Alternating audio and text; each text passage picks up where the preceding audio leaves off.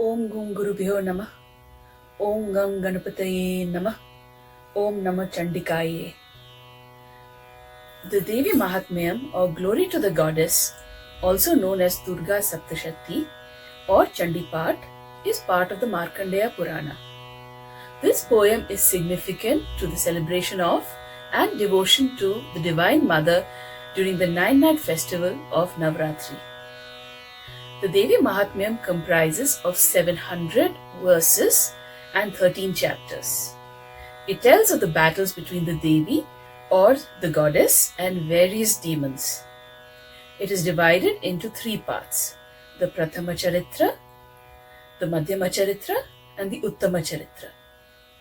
The 3 parts are connected using a framing story wherein a sage uses the tale of the battles to teach 2 seekers about the goddess. This talk outlines a summary of the events in each chapter for those who wish to get a glimpse of the key events of this famous scripture. Prathama Charitra, Chapter 1, Madhu Kaitaba Vadam, or the slaying of Madhu and Kaitaba. The story begins with 2 unhappy men meeting in a forest. The first, King Suratha, had lost his kingdom to enemies and his treasury to treacherous ministers. The king, on the pretext of hunting, left for the forest, and there he happened upon the ashram or hermitage of sage Medhas, and sage Medhas made him welcome. Second was Samadhi, a merchant whose disloyal wife and sons misappropriated his wealth and cast him out. The king, still worried about his kingdom, his followers, his elephant, his treasury. Similarly, the merchant was still worried about his ungrateful family.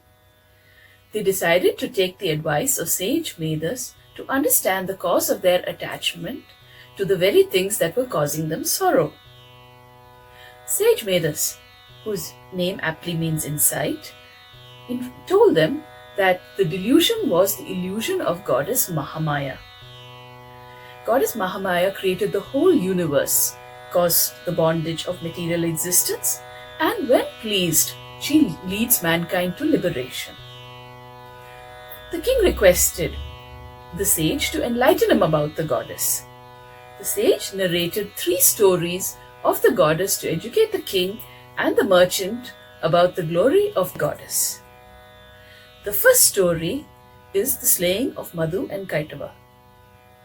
The tale is set at the end of a cosmic day or kalpa, where the universe had dissolved within a primordial ocean and Lord Vishnu, the god of sustenance, lay in mystic slumber on his serpent Sheshnag. 2 terrible asuras or demons, Madhu and Kaitaba, came into being from his earwax. The demons saw Brahma, the god of creation, who was seated on a lotus that originated from Lord Vishnu's navel, and they approached him with the intention of killing him. Lord Brahma prayed to the goddess Yoga Nidra or yogic sleep, another name for goddess Mahamaya. He prayed with a hymn requesting her to confound the demons and awaken Lord Vishnu to slay these demons. Pleased, the goddess, who was within Vishnu and the cause of his sleep, now withdrew from Lord Vishnu and appeared before Lord Brahma as separate from Lord Vishnu. Then Lord Vishnu woke up and fought with the asuras in hand-to-hand combat. Confounded by Mahamaya and filled with arrogance, the pair of demons agreed to be slain where the water did not flood the earth. Lord Vishnu obliged by raising them both onto his lap and cutting off their heads with his discus, killing them. The sage concluded the first story, reiterating how the origin of the goddess in this story was self-creation of her withdrawing from Lord Vishnu when invoked by Lord Brahma. Madhyama Charitra, Chapter 2, Mahishasura Sainya Vadham, or the slaying of the armies of Mahishasura. In the second story, there was a war between Mahishasura, the leader of the asuras or demons, and Indra, chief of the devas or gods. The gods were defeated and cast out of the heavens.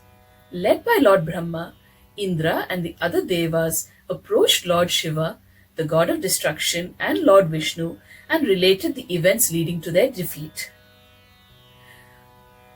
A powerful radiance emanated from the main trinity of gods, Lord Vishnu, Lord Shiva, and Lord Brahma, as well as from the Devas, and it combined into a mountain of light. This blazing light illuminated all directions and took the form of a goddess. The gods and the Devas gifted her weapons, ornaments, and flowers. They also offered her a lion as a vehicle to ride upon while doing battle with the demons. The goddess gave a defiant laugh that echoed across the skies, and the world trembled.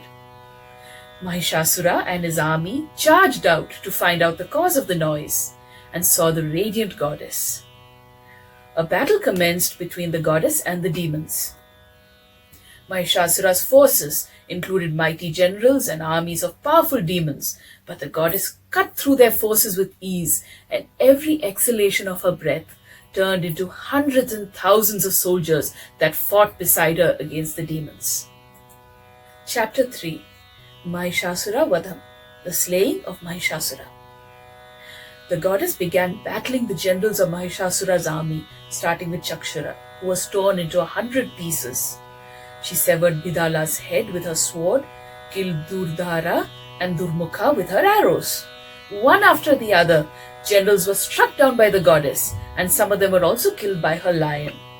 Furious, Mahishasura assumed the form of a buffalo and attacked her forces. When he attempted to slay her lion, the goddess became enraged. She threw her noose over him and bound him.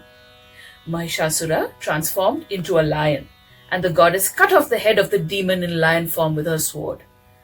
He took the form of a man, holding a sword and shield, and the goddess fired arrows at him, slicing him and his weapons to pieces. Turning into an elephant, the demon dragged the lion of the goddess with its trunk. The goddess retaliated by cutting off the trunk of the elephant. Again, the demon took the form of a buffalo. The demon evaded destruction by changing his form each time the goddess delivered a potentially fatal blow. Intoxicated by his might, he charged at the goddess. Angered, the goddess declared her intention to destroy him and leapt on him, pinning his neck down with her foot and impaling his neck with her trident. Mahishasura attempted to return to his true form, but as he was trapped under the foot of the goddess, his upper body was like a human and the lower portion that of a buffalo.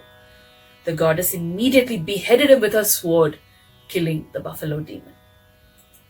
Chapter 4. Sakradi Studi. The Devas and sages extol the goddess with a hymn on her victory over Mahishasura. She is described as unfathomable and beyond description, the origin and protector of all worlds. She is hailed as the destroyer of evil, the remover of misfortune, and the one who gives intelligence, faith, and modesty.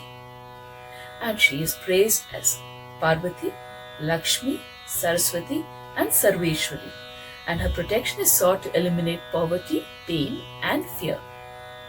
The gods honored the goddess, and she gave them the assurance to help for future calamities whenever they sought her aid. She also agreed to give wealth, prosperity, and a long life to those mortals who chant her Studi.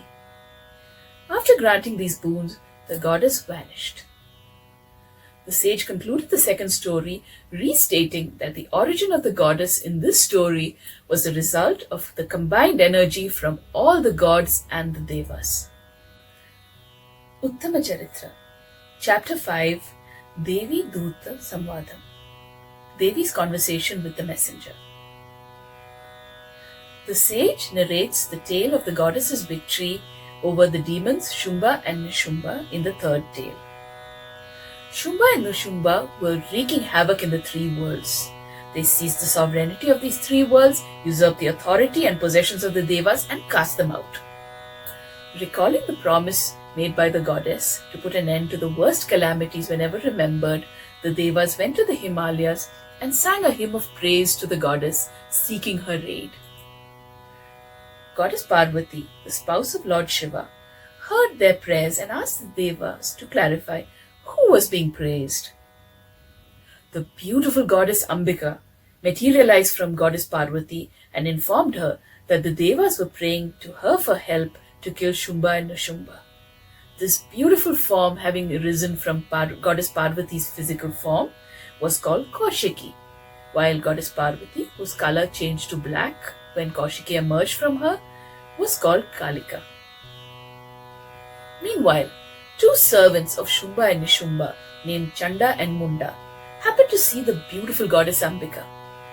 They informed their master of her supreme beauty and were of the opinion that she was a gem that Shumba and Nishumba should possess. Inflamed by lust at the idea of her beauty, Shumba immediately sent his messenger Sugriva to the mountains to meet the goddess.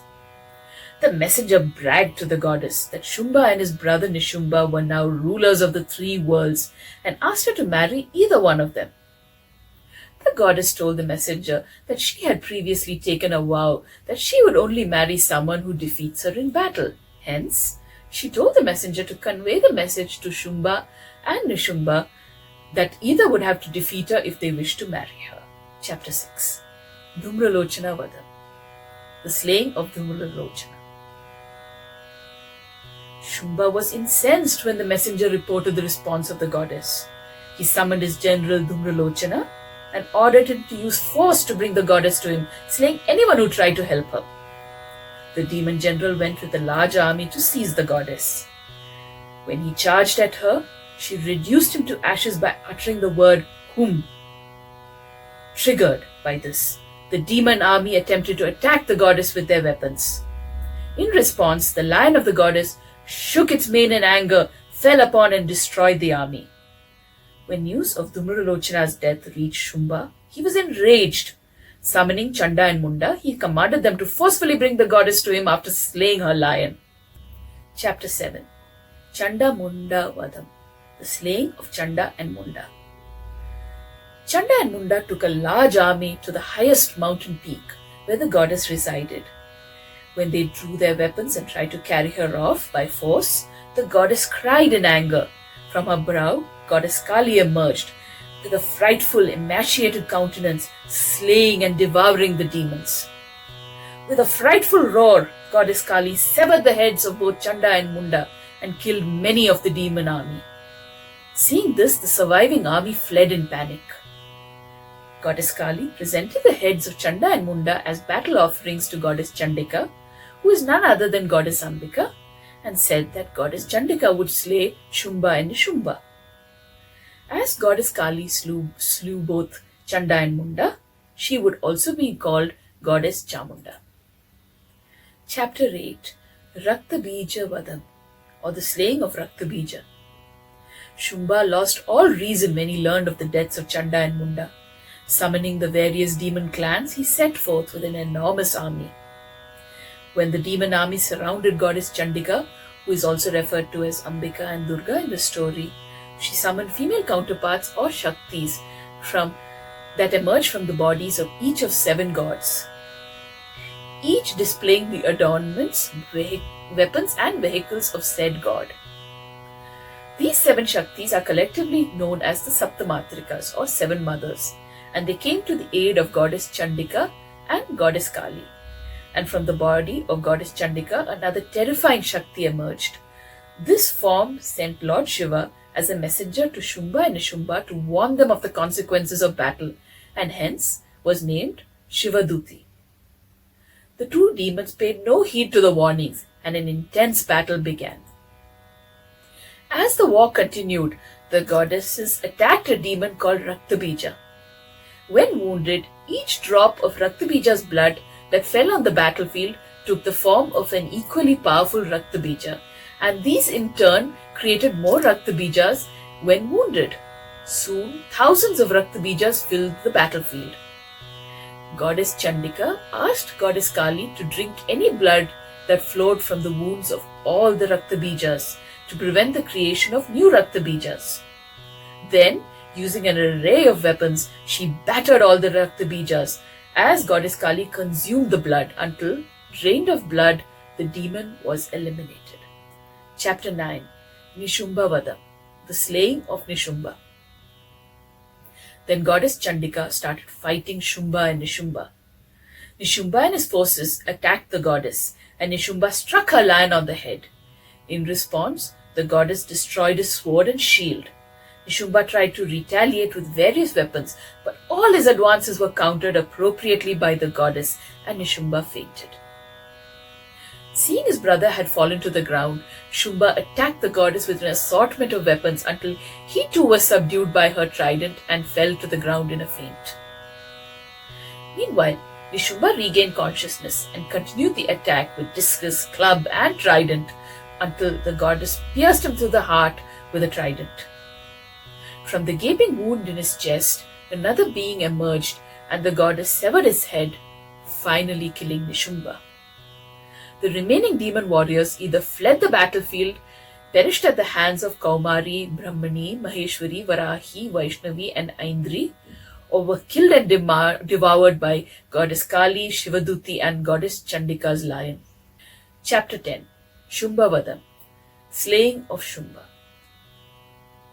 Angered by the death of his brother, Shumba told goddess Chandika that she had no reason to be proud of her victory, as she was assisted by other goddesses in the war.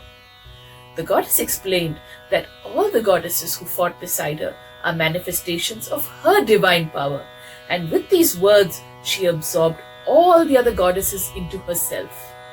Goddess Ambika alone remained. A fierce battle raged between Shumba and goddess Ambika once more, with the goddess finally killing him with her trident. The skies cleared and peace was established once more in the three worlds. Chapter 11. Narayani Studi. When Devi killed Shumba, the Devas were delighted and praised the goddess. She was praised as the Lord, Mother, Foundation, and Nourisher of the universe. The goddess was also called one who offers bhukti, or material well-being, and mukti, or spiritual fulfillment.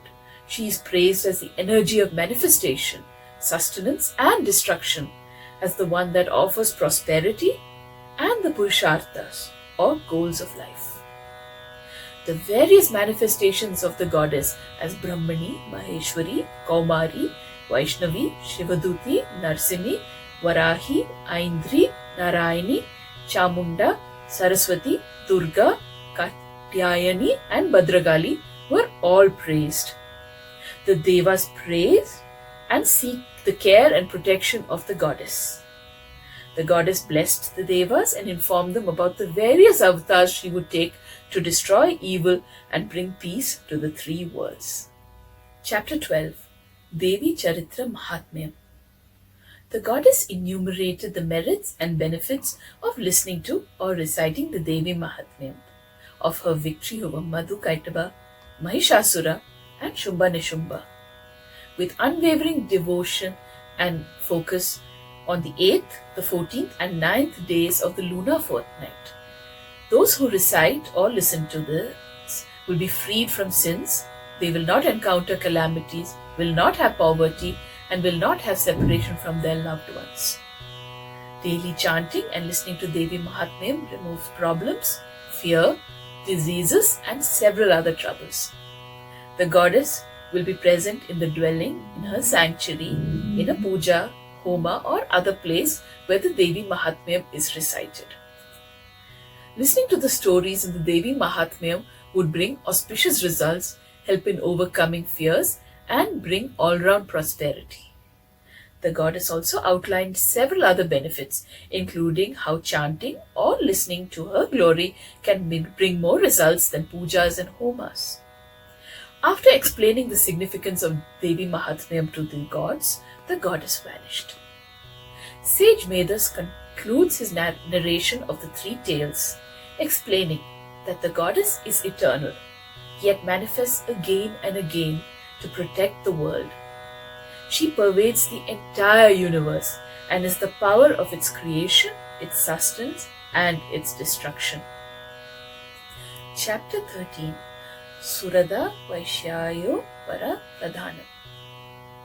Sage Medas finally instructs the king and the merchant to surrender to the goddess, as she confers joy, heavenly rewards, and liberation. The king and merchant settled on the banks of a river and worshipped the goddess in earnest. After a few years, goddess Chandika manifested before them and offered each of them a boon. The king sought to reclaim his kingdom and be granted an imperishable kingdom in the next life. The merchant, having grown dispassionate and wise, sought ultimate knowledge of the Absolute. The goddess granted both their wishes and disappeared as they sang her praises with devotion. Om Shri Chandika Arpanam Astu.